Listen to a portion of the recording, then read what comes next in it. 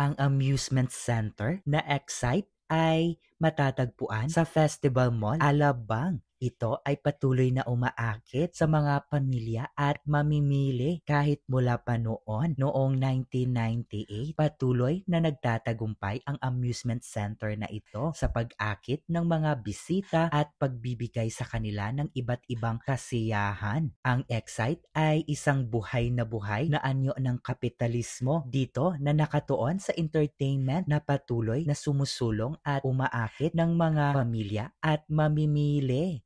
What's up mga kahigala? By the way, I'm Bridge Perpado, your Kahigala Vlogs. Sa hindi nakakaalam, gumagawa ako ng travel, food trips, work life, and even in between contents. Kaya if bago ka lang naman dito, please paki-follow naman, like, and share para more related contents pa ang ibabahagi natin. Uy, kay Gala, matatagpuan sa third floor ang Excite Amusement Center. Ito ay may malawak na espasyo ng sahig at mataas ang kisame dito. Sa paraan ng pagkadisenyo nito, ang Excite ay may ilang arcade game naman.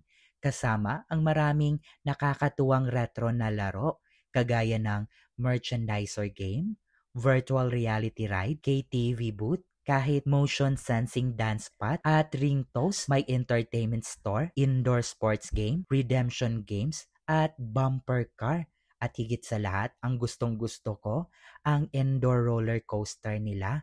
Kaya nagpapaliwanag na kailangan talaga na magkaroon ng mataas na kisame. Dahil sa pagkakaroon ng mataas na kisame, ito ay naging posible dahil sa panloob or indoor roller coaster. Ang ibang amusement park dito sa Alabang ay mababa lang ang kanilang kisame kumpara sa Excite Amusement Center. Kaya kay Gala, kung plano mong bumisita dito sa Festival Mall sa Alabang at kung ikaw naman ay naghahangad masasayang rides o laro, maari mong bisitahin ang Excite Amusement Center. Recommended ko talaga at kakaba-kaba ka talaga, lalong-lalo na sa kanilang indoor na roller coaster. Ang must try talaga. Uy, sa mga nagtatanong din dyan kung paano naman mag-avail ng tour dito sa Pinas o kahit sa ibang bansa, abay syempre, sa lagi ko ng trusted partner, ang Klook. At huwag ninyong kalimutan, gamitin ang aking Klook discount code kay Galaklook para may 5% off discount ka na.